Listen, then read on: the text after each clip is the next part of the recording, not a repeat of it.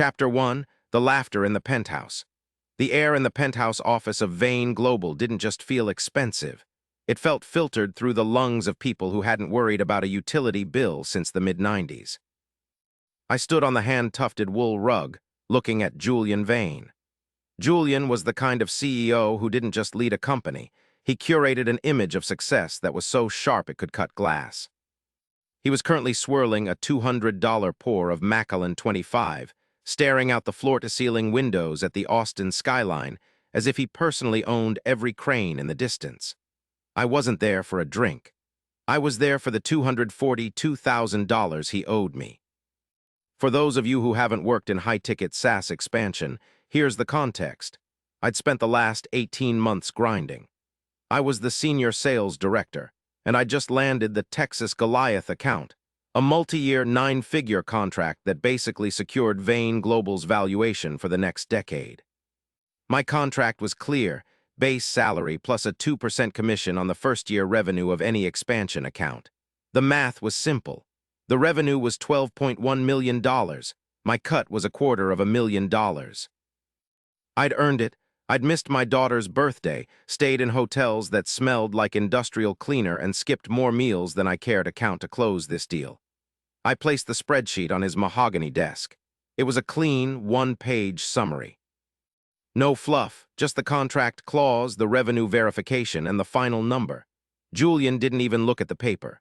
He turned around, adjusted his silk tie, and sat in his leather chair. He looked at the spreadsheet for maybe 3 seconds, then he started to laugh. It wasn't a ha-ha laugh. It was a dry, rattling sound. The sound a predator makes right before it realizes the prey is already cornered. It was the sound of ultimate entitlement. Leo, he said, leaning back and propping his Italian loafers on the corner of the desk, right over my revenue numbers. You're a phenomenal salesman, truly. You've got that.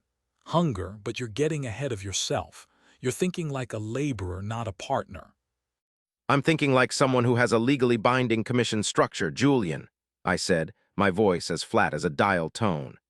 I could feel the heat rising in my neck, but I've been in this game too long to let a narcissist see me sweat. The Goliath contract was restructured during the final negotiation, Julian said, dismissing my life's work with a wave of his hand. We had to offer them significant discounts to get the signature, to offset those discounts and ensure the long-term health of the firm. The board, meaning me, decided that expansion commissions for Q3 would be diverted into the general corporate reserve. There is no commission pool this quarter, Leo. He took a slow, deliberate sip of his scotch, watching me over the rim of the glass. He wanted me to blow up. He wanted me to scream, to threaten a lawsuit, to act like the disgruntled employee he could easily discard. So the commission I earned is gone? I asked. Not gone, Leo. Reinvested into the company that feeds you, he smirked. Be a team player. Go back to your desk, hit the phones, and keep that hunger. Maybe in Q4, if the numbers look better, we can talk about a discretionary bonus. But for now, consider this a lesson in corporate agility. He looked back at his computer, signaling that the meeting was over. I was a nonentity to him now, a used-up battery. He de-squeezed the Goliath deal out of me, and now he was tossing the casing aside. I stood there for 5 seconds. In those 5 seconds, something in me shifted. I've lived my life by the rules. I've hit every target. I've been the team player. And in return, I was being robbed in a $5,000 suit. Julian Vane thought he was the smartest person in the room because he held the title. He forgot that a salesman's entire job is to understand the person across the table better than they understand themselves. He thought he was laughing at a defeated man. He didn't realize that I was already starting the clock on his countdown. I understand, Julian, I said softly. Team player, I'll get back to it. I walked out of the office, the click of the mahogany doors sounding like a gavel. I didn't go to the break room. I didn't complain to my colleagues. I went straight to my desk, sat down, and opened a blank document. The game was no longer about sales. It was about an audit, and if there's one thing a salesman knows how to do, it's find the close. Only this time, the close was going to be Julian Vane's career. Chapter 2, The Death Token. In the world of professional revenge, there is a concept called the death token. It's that one piece of evidence, usually provided by the antagonist themselves in a moment of peak arrogance, that renders their later defense impossible. Julian Vane had just handed me the ammo. Now I just needed him to sign the bullet. I sat at my desk, my heart still hammering against my ribs, but my mind was cold. I knew Julian. He was a man who thrived on verbal dominance. He loved the handshake deal because it lacked a paper trail. He just told me my $242,000 was restructured into a corporate reserve, but he hadn't put it in writing. If I sued him now, it would be my word against his. He'd claim I misunderstood the conversation. He'd claim the commission was discretionary. To win, I needed him to admit on the record that he was withholding earned wages. I opened Outlook. My hands were steady now. I needed to frame the email in a way that appealed to his ego. Narcissists love to be right, and they love to remind you of your place. Subject, formal acknowledgement of Q3 Commission restructuring. Julian, thank you for the candid conversation this morning. While I'm disappointed about the Q3 Commission pool for the Goliath account, I want to ensure I'm fully aligned with the new team player directive you mentioned. To keep my personal records and financial planning accurate, could you, or your assistant, send over a brief memo confirming our discussion?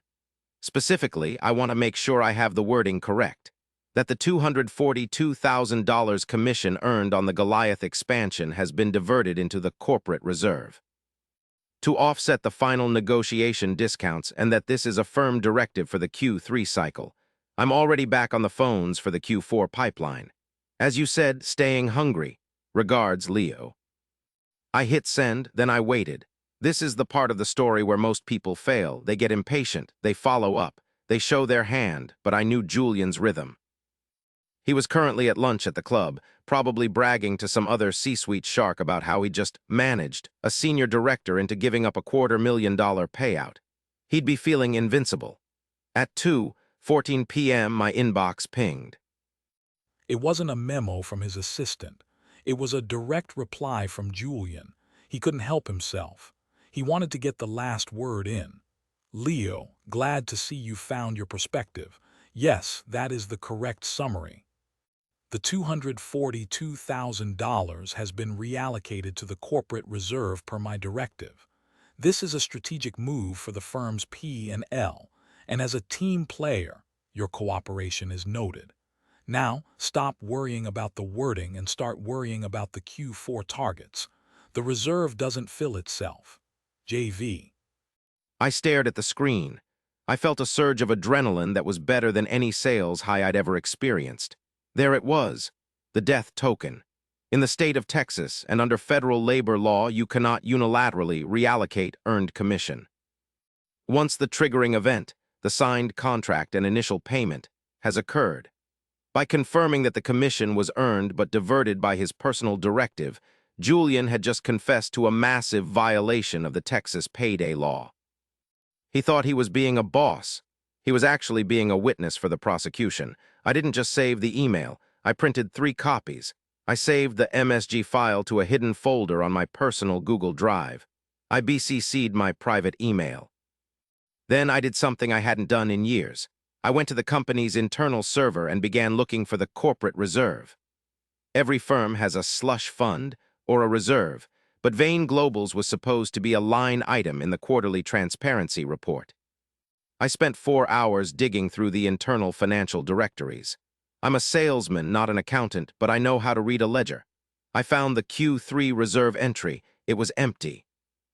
Actually, it was worse than empty.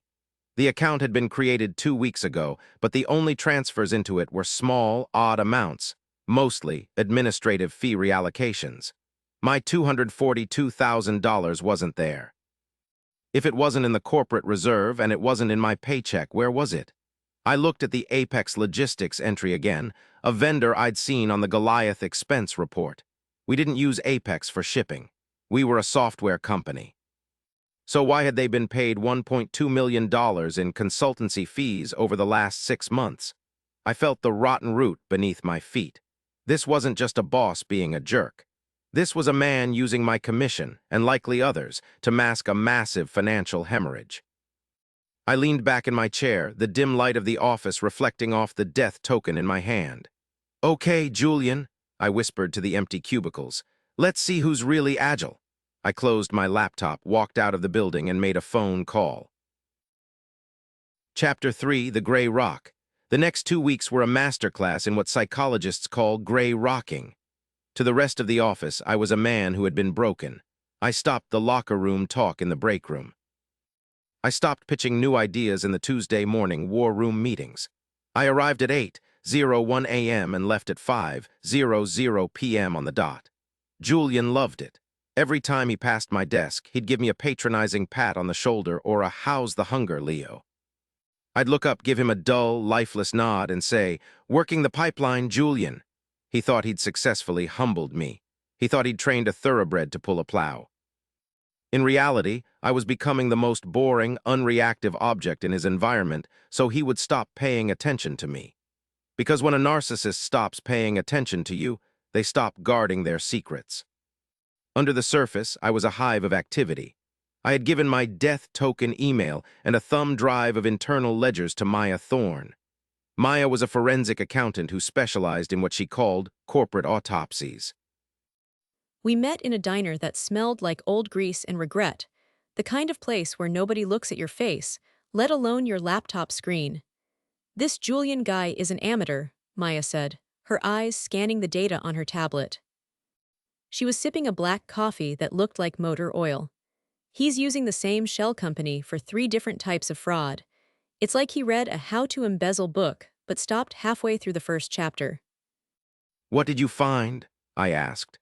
"Apex Logistics isn't a shipping company," Maya said, turning the tablet toward me. "It's a P.O. box in Delaware. The registered agent is a law firm that specializes in asset protection." "But the beneficial owner, it's a holding company called Sterling Trust. And do you know who sits on the board of Sterling Trust? Julian. Better, his brother-in-law, Marcus."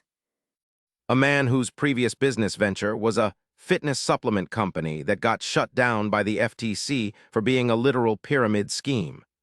I felt a cold shiver of satisfaction. So Julian is restructuring my commissions into a corporate reserve. But the money is actually being paid out to a shell company owned by his family for consulting services that don't exist.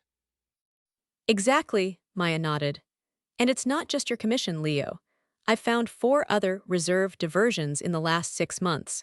He's stolen nearly $1.8 million from the sales team and the shareholders.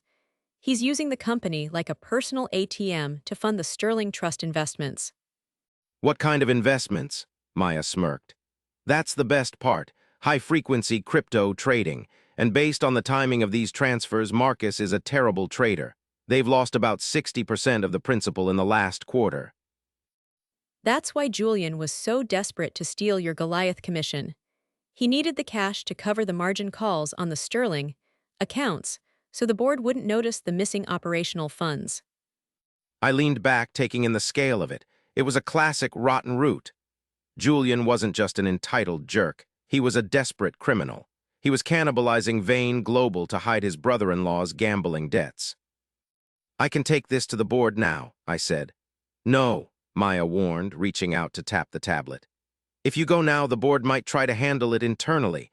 They might fire him, give him a golden parachute to avoid a scandal, and you'll never see your $242,000. "You'll be the guy who blew the whistle and got everyone's 401k frozen for an audit. Then what do we do?" "We wait for the performance review," Maya said. "Julian thinks you're a gray rock. He's going to try to push you out before you recover your spirit. He wants to replace you with someone cheaper who won't ask about commissions. Let him think he's winning. That's when we hit the trident." I went back to the office the next day with a new sense of purpose. Every time Julian made a snide comment, I thanked him for the feedback. Every time he gave a task to a junior rep that should have been mine, I smiled and offered to help them with the paperwork. I was gathering more than data. I was gathering witnesses. I was being so helpful and compliant that the junior reps started BCCing me on everything. I saw the expense reports. I saw the travel vouchers for Apex logistics meetings that were actually spa weekends in Cabo. I was building a cage out of Julian's own rules. On Thursday, the calendar invite appeared.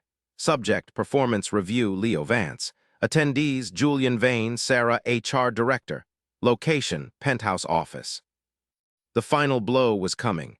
Julian was going to fire me. He was going to offer me a pathetic severance package and a non-compete, thinking I'd be too broken to fight back. I called Maya. "It's happening tomorrow at 10:00 a.m. Good, she said. I've got the final report ready. I'll be in the lobby at 10:15. Wait for my text.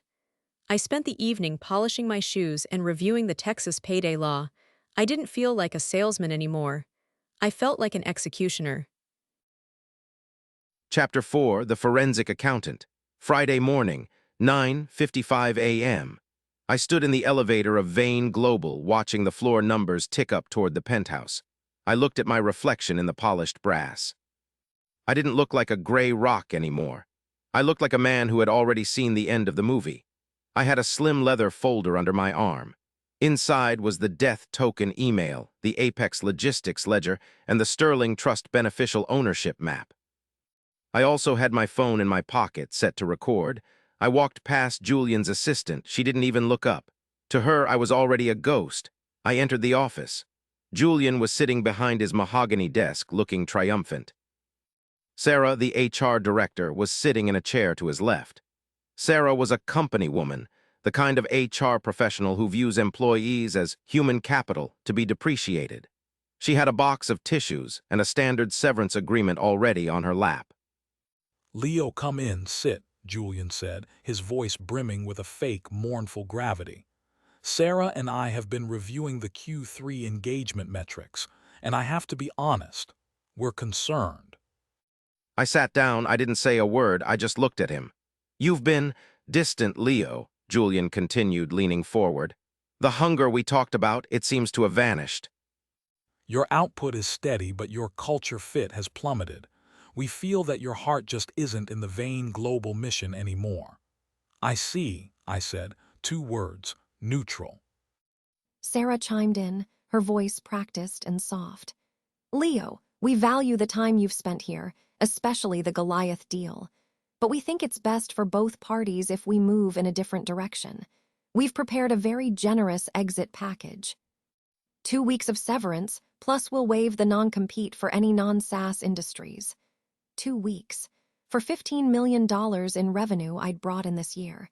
It was an insult wrapped in a threat. "The severance package," I said, leaning back. "Does it include the $242,000 in commissions from the Goliath account?" Julian let out a short, sharp laugh. "We've been over this, Leo. That pool was restructured. It doesn't exist." "This package is a courtesy. You should take it before I decide that your recent performance warrants a termination for cause." "A termination for cause?" I asked. "What cause would that be, Julian? Following your directives exactly, being a team player." "Don't get cute with me," Julian snapped, the mask of the benevolent CEO slipping for a second. "You're done here. Sign the papers and clear your desk by noon." I didn't reach for the severance papers. Instead, I opened my leather folder and pulled out a single sheet of paper. I slid it across the desk toward Sarah. It was the death token email. Sarah picked it up, her brow furrowed. As she read it, I watched her posture change. She wasn't a criminal, she was a bureaucrat. And bureaucrats hate evidence of their boss's crimes because it makes them complicit. "Julian," Sarah whispered, "what is this?" "It's an email from Julian confirming that my earned commissions were diverted to a corporate reserve by his direct order," I said, my voice cutting through the tension. "Under the Texas payday law, that's a Class A misdemeanor. But it's the why that's interesting, Sarah." Julian grabbed the email from her, his eyes darting across the text. "This is nothing. It's internal reallocation. You can't prove." "I don't have to prove anything, Julian," I interrupted. "Maya Thorne already did." I pulled out the next set of documents, the rotten root. "Maya is a forensic accountant," I said, addressing Sarah now. "She's been tracking the corporate reserve, or rather, the lack of one." She's tracked $1.8 million in consultancy fees paid to Apex Logistics, a shell company owned by Marcus Sterling, Julian's brother-in-law. A company that has been using Vane Global's operational capital to cover margin calls on failed crypto trades. The silence in the room was absolute. You could hear the hum of the air conditioning. Sarah looked at Julian. Julian looked at the documents, his face turning a shade of gray that matched his expensive suit. You've been spying on company finances? Julian stammered. As a senior partner with a fiduciary interest in the commission pool, I have a legal right to ensure the funds are handled according to the contract, I said. And as an employee, I have a duty to report embezzlement.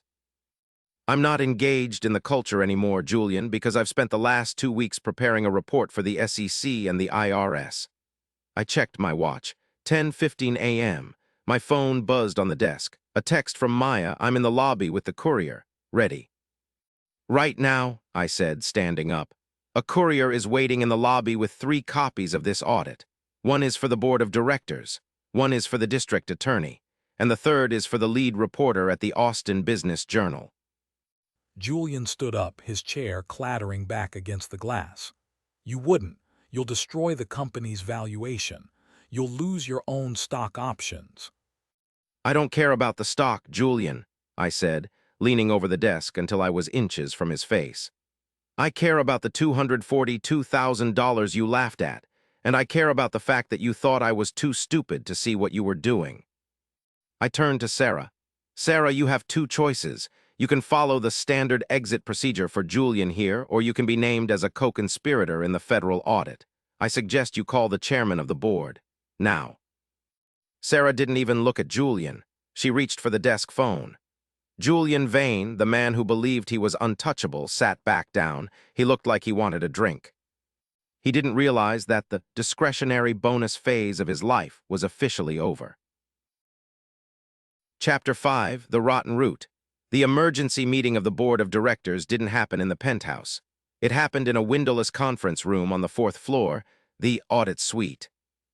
The mahogany and scotch were gone, replaced by fluorescent lights and stacks of printed ledgers.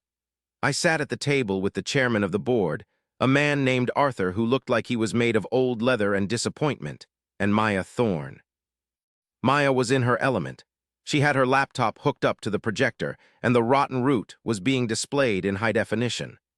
The mechanism is simple, Maya explained, using a laser pointer to trace a line from the Goliath revenue to Apex Logistics.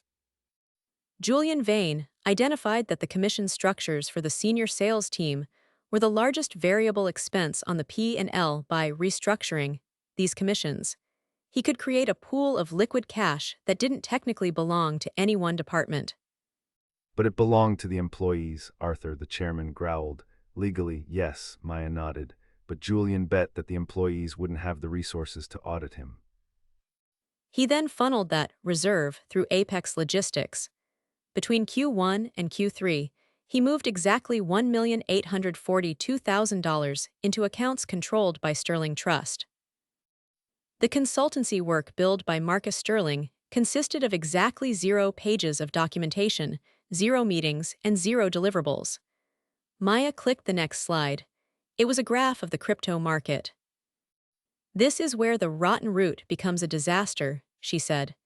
The Sterling Trust was leveraged 10-to-1 on Ethereum futures. When the market dipped in August, Marcus Sterling faced a series of margin calls. If he didn't pay, the trust's assets would be liquidated. Julian used the Goliath Commission, Leo's money, to pay those margin calls. I watched Arthur's face. He wasn't a nice man, but he was a man who hated losing money. And Julian hadn't just stolen from me, he'd exposed the entire board to a massive liability. What's the exposure? Arthur asked. If this goes to a federal audit, Maya said, the SEC will look at the last 3 years of filings. We've already found discrepancies in the travel and entertainment budgets going back to Julian's first year as CEO. He's been treating the company like a personal piggy bank since day one. The total diverted amount is likely north of $5 million. Arthur turned to me, and you, Vance, you have the death token email. I pulled the printed email from my folder. I have the digital original, the server headers, and a recording of Julian admitting to the directive in the performance review this morning. Arthur took the paper, his eyes scanning Julian's arrogant words. The reserve doesn't fill itself. He's a fool, Arthur whispered. He thought he could play with the house's money and keep the house in the dark. He didn't just play with the money, I said. He laughed when I asked for what I earned. He told me to be a team player while he was robbing the team. At that moment, the door opened. Sarah, the HR director, walked in. She looked like she hadn't slept in a week, despite it only being noon. "Arthur," she said, her voice trembling. "Julian is demanding to speak to his lawyer. He's claiming that the Apex Logistics payments were authorized by a verbal agreement with the previous board chair." The previous chair died 2 years ago, Arthur snapped. Dead men don't sign consultancy contracts. Sarah, I want Julian Vane's badge, I want his company car keys, and I want a security detail to escort him to the lobby. He is terminated for cause, effective immediately. "And the commissions?" I asked. Arthur looked at me. For the first time, he saw me not as a laborer, but as the man who had just saved the board from a prison sentence. "Leo," he said, "we're going to need a few days to untangle the reserve. But the board is authorizing an immediate payout of all withheld commissions for Q3, plus a 10% administrative error adjustment. And we're going to need an acting director of sales who knows how to spot a fraud." I looked at Maya. She gave me a small, professional nod. "I'll take the payout," I said, "but I'm not interested in being acting anything. I've seen enough of the Vane global mission. I'll stay on for 30 days to transition the Goliath account to a new lead. After that, I'm going to take my $250,000 and go find a company that doesn't need a forensic accountant to find its soul." I walked out of the conference room and headed toward the elevators. I didn't want to see Julian being escorted out. I didn't need the victory lap. The math had already done the work for me. As I reached the lobby, I saw the black SUV pull up to the curb. 2 federal agents, not company security, but actual EPA CID agents Maya had contacted, were waiting. Julian Vane walked out of the building, flanked by 2 guards. He wasn't wearing his suit jacket. He looked small. He looked like the kind of man who had never been told no in his entire life, and he was currently staring at a world that was about to say it very, very loudly. He saw me through the glass. For a second, our eyes locked. I didn't laugh, I didn't smirk. I just held up my phone, showing the death token email on the screen. The SUV door opened. Julian was led inside. I walked out the revolving doors, the Austin heat hitting me like a physical weight. I took a deep breath. The rotten root had been pulled. Now it was time to see what would grow in the light. Chapter 6, The Counterattack. If you've ever been in a corporate legal battle, you know that the victory in the boardroom is usually just the end of the prologue. I had my death token, I had the forensic audit, and I had the board of directors on my side, or so I thought. But Julian Vane didn't get to the top of the Austin tech scene by playing fair. He was a man who viewed litigation not as a search for truth, but as a war of attrition. He was a narcissist with a bottomless pit of spite and a very expensive legal team on retainer. 2 days after the boardroom coup, I was sitting in my living room, finally allowing myself to breathe. The $242,000 hadn't hit my account yet. Arthur had promised a few days to untangle the reserve, but I felt lighter. That light feeling lasted until 4:00 p.m. when a process server knocked on my door. I was being sued. Julian Vane, in his personal capacity and as the now former CEO of Vane Global, was suing me for $10 million. The charges: tortious interference, theft of trade secrets, industrial espionage, and defamation. The lawsuit claimed that I had hacked into company servers, manipulated financial records to frame him, and colluded with external entities, referring to Maya to tank the company's valuation for a hostile takeover. It was a SLAPP suit, a strategic lawsuit against public participation.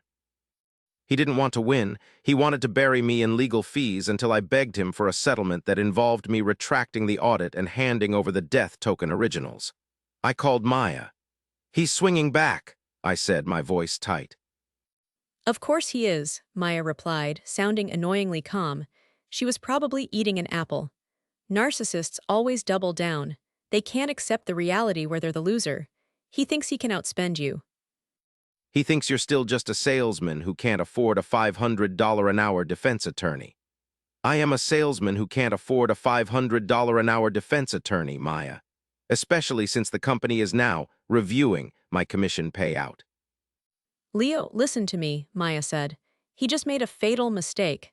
By suing you for theft of trade secrets, he's opened up the discovery phase of the trial.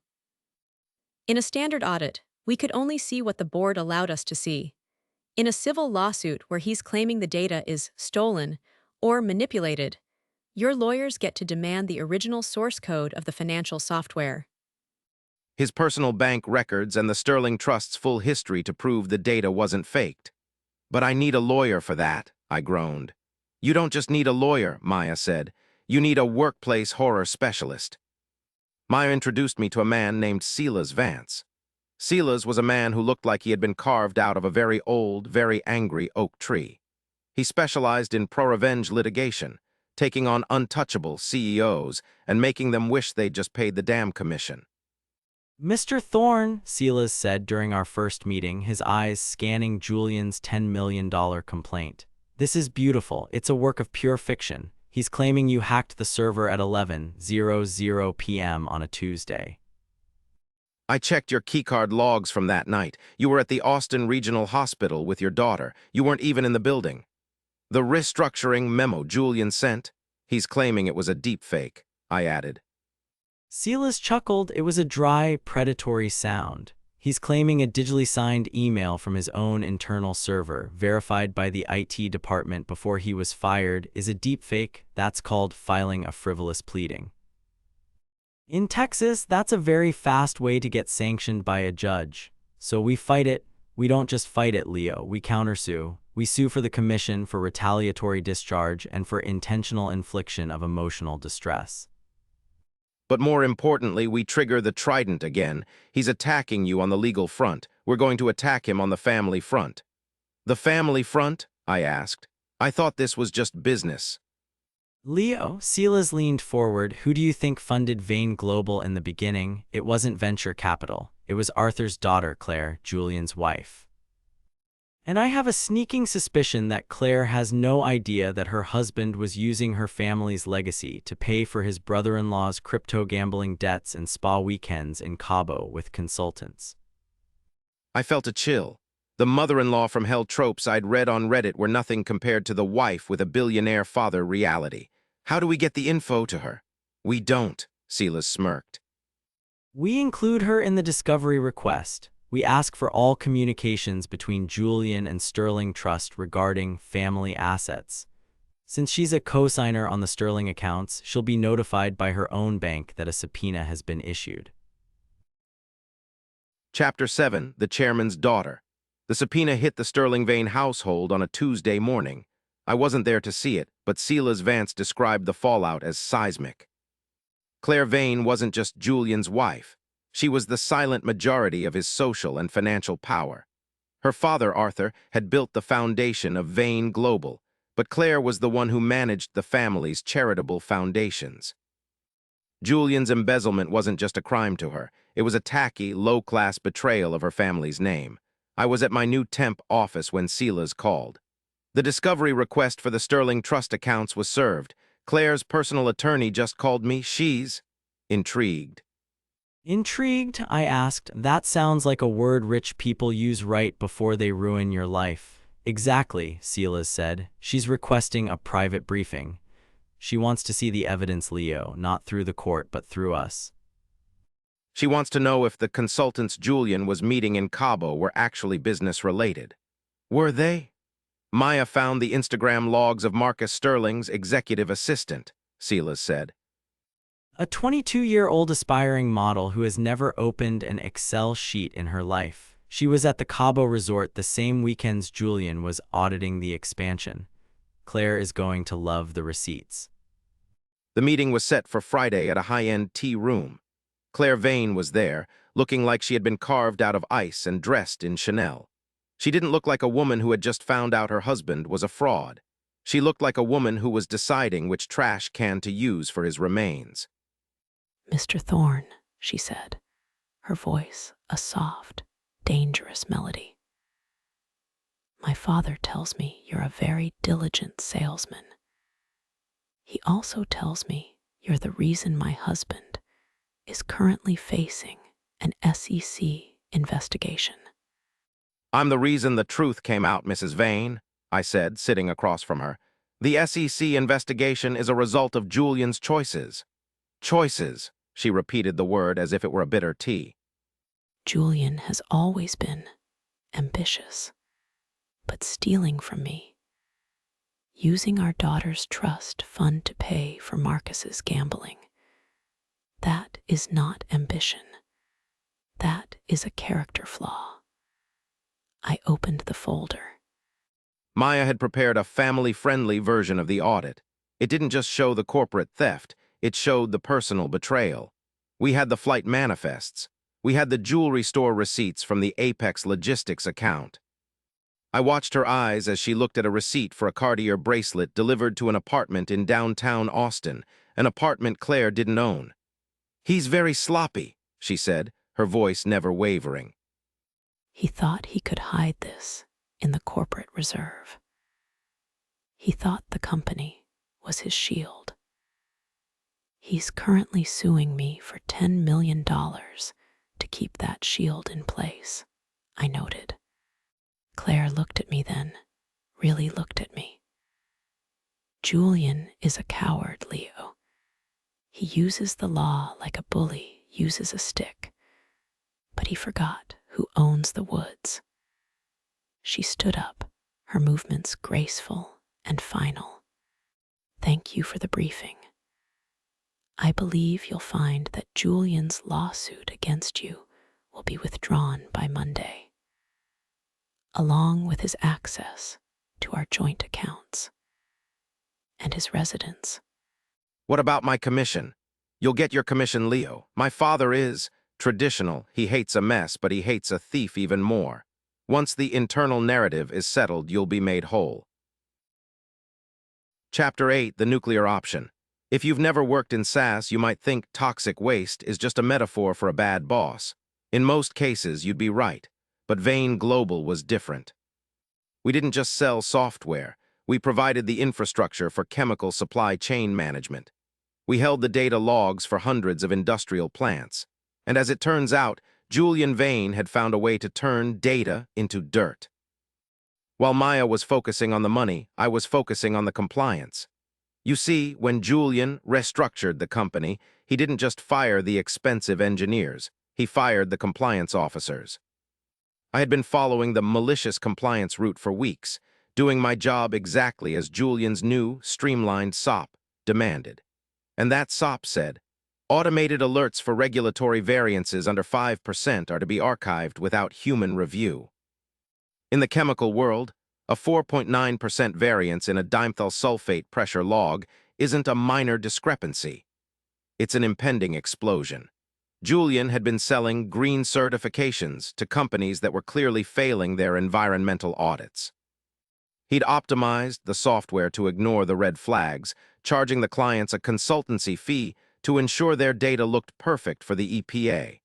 He was facilitating environmental crimes. I met Arthur Graves, a lead inspector for the EPA's Criminal Investigation Division, in a park. "Mr. Thorne," Graves said, looking at the technical logs I'd printed, "you're saying the Vane Global dashboard was intentionally programmed to mask leak detection alerts for the Bayport refinery?" I'm saying the CEO ordered me to follow a manual that makes it impossible to report them, I replied. I followed the manual to the letter, and the letter says those alerts are noise. Graves looked at the data. His face went from professional curiosity to a deep, simmering anger. Dimethyl sulfate is a potent alkylating agent, highly toxic, and if it leaks into the atmosphere, it can cause catastrophic health issues for miles. "He was selling a safety shield that was actually a blindfold," Graves whispered. "Do you have the internal emails?" "I have the death token part 2, I said. I pulled out a series of Slack messages Julian had sent to the lead developer. Stop thinking, stop worrying about the ethics of the sensor, and hit the clear all button. We need the Q3 retention bonus from them. It was the zero thinking directive. in its most lethal form. This is a material threat event, Graves said, standing up.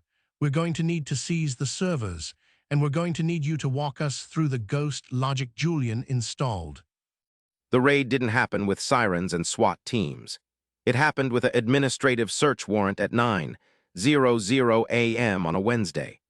I was there, reinstated as a special consultant by Arthur, the chairman, who was desperate to show that the company was cooperating fully. I watched as the EPA agents boxed up the servers. I watched as the junior devs, who had been terrified of Julian, suddenly found their voices and started pointing out the hidden directories. Julian was at home when the federal charges were filed. Violation of the Clean Air Act, wire fraud, falsification of federal records, negligent endangerment. The workplace horror had reached its peak. I sat in the control room, the same one where Julian had once laughed at me. I was watching the real-time data from Bayport. With the optimization script removed, the dashboard was screaming red. "Shut it down," I told the lead tech. "But the contract says—" "I don't care what the contract says," I interrupted. Chapter 9, The Falling Deck of Cards. The arrest of Julian Vane was the kind of event that Reddit justice porn was made for. It happened in the driveway of his estate. Claire had filed for divorce and an emergency restraining order 48 hours prior. Julian had been staying in the guest house, trying to pack his remaining belongings into his Porsche before the IRS could seize it. The FBI and the EPA CID agents didn't wait for him to finish packing. A neighbor caught it on a ring camera. Julian was pinned against the hood of his car. "Do you know who I am?" he screamed as the zip ties clicked shut. "I'm the CEO of Vane Global, Thorn, Thorn you want, he hacked me." The agents didn't even respond. They just tucked his head down and put him in the back of a black SUV. The Porsche was towed 10 minutes later. The family drama peaked when Marcus Sterling tried to flee the country. He was caught at DFW airport with 2 suitcases full of cash. In exchange for a reduced sentence, Marcus sang like a canary. He told the feds everything: the shell company, the spa weekends, and the fact that Julian had been planning to exit scam the company. Inside Vane Global, the workplace horror was being scrubbed away with industrial-strength honesty. Arthur, the chairman, called me into the boardroom. He looked 20 years older. "Leo," Arthur said, his voice raspy, "we've finished the internal review. You were right about everything. The Goliath Commission, the Bayport logs. Julian had built a house of cards, and he was using your reputation as the foundation." "I told you 18 months ago, Arthur," I said. "You ignored the emails." "I know," Arthur sighed. "And that is why the board has made some decisions. We're paying out the $242,000 commission today with interest." He pushed a check across the table. It was for $310,000, and we want you to take over as Chief Compliance and Operations Officer, he added. "We need someone the regulators trust, someone the employees trust." I looked at the check. Then I looked at Arthur. This was the moment in the movie where the hero takes the job and fixes the company. But this wasn't a movie. This was a workplace horror story. And I knew that Arthur wasn't offering me the job because he suddenly cared about ethics. He was offering it because I was the only thing standing between the board and a negligent oversight lawsuit. "No," I said. Arthur blinked. "No, Leo, the salary is 3 times what you were making, stock options, a seat on the board." "I'm not interested in being your ethics shield, Arthur," I said, standing up. "I followed the manual, I did my job, and I fought for my commission. I've spent the last month doing an autopsy on a company I used to love. I don't want to live inside the corpse. I want a formal, public letter from the board acknowledging that my termination was retaliatory and that my actions saved the company from a multi-billion-dollar environmental disaster. I want my reputation back. In writing, signed by you." Chapter 10, The Whistleblower's Bounty. 1 year later. I was sitting on the deck of a house that didn't have a penthouse view, but it did have a view of the Texas Hill Country that Julian Vane couldn't have bought if he tried. Julian Vane was currently 6 months into a 12-year sentence in a federal correctional facility. His entitled person attitude hadn't served him well in prison. From what Silas told me, he'd already been involved in 3 disciplinary actions for trying to optimize the kitchen staff. Claire had successfully stripped him of every asset he'd ever touched. The Porsche, the estate, the Sterling Trust, it was all gone. She donated a significant portion of the Apex Logistics recovery to an environmental cleanup fund for the Bayport area. But the biggest surprise was the whistleblower's bounty. Under the SEC and EPA rules, individuals who provide original information that leads to the assessment of massive fines are entitled to a percentage of the take. Maya and I had filed the paperwork the day Julian was arrested. Between the wire fraud, the environmental fines, and the recovered embezzlement, the total recovery was nearly $50 million. My cut arrived in a very unassuming envelope, $7 million. It wasn't just a bounty, it was the ultimate pro-revenge payout. I had turned a $242,000 commission dispute into a $7 million career-ending strike. I used a portion of that money to fund Thorn Systems Integrity. Maya and I weren't just forensic accountants. We were systemic guardians. We specialized in helping employees at toxic companies gather the evidence they needed to protect themselves and the public. I recently got an email from a young sales rep at a major tech firm in California. He told me his boss was trying to restructure his year-end bonus to pay for a new corporate jet. I smiled as I typed the reply. Don't get angry, don't threaten a lawsuit, just send him an email asking for the directive in writing. Tell him you want to be a team player. And whatever you do, follow the manual, exactly as written. I closed my laptop and walked out into the yard. My daughter ran up to me holding a drawing she'd made at school. "Daddy," she said, "are you going to be at my soccer game tomorrow?" "I wouldn't miss it for the world," I said, picking her up. I looked at the horizon. The math had been settled, and for the first time in my life, I wasn't just working the pipeline. I was living the life the math had built. Leo out. Masterclass: The Audit of Hubris Strategy. This lesson deconstructs the systemic warfare used by Leo to dismantle Julian Vane's empire. It moves beyond simple revenge and into the realm of strategic compliance. At the core is the death token. Leo baited Julian into an email confirming that the commissions were earned but diverted by his personal order. This turned a he said, she said argument into a confession. Second, the Gray Rock Protocol. By becoming unreactive and dull, Leo caused Julian to drop his guard. If you are planning a move, your target should believe you have already surrendered. Third, the Trident Engine. A multi-front war on professional, financial, and social levels. Julian could fight a salesman. He couldn't fight his own wife and the SEC simultaneously. Fourth, the Discovery Trap. Julian's retaliatory lawsuit granted Leo's team the right to demand original servers and personal bank records. Use an antagonist's overreach to force transparency in areas they want kept dark. Finally, the law of professional math. Understand the system better than the boss. Follow the rules so perfectly that the flaws in their leadership become the only visible thing left.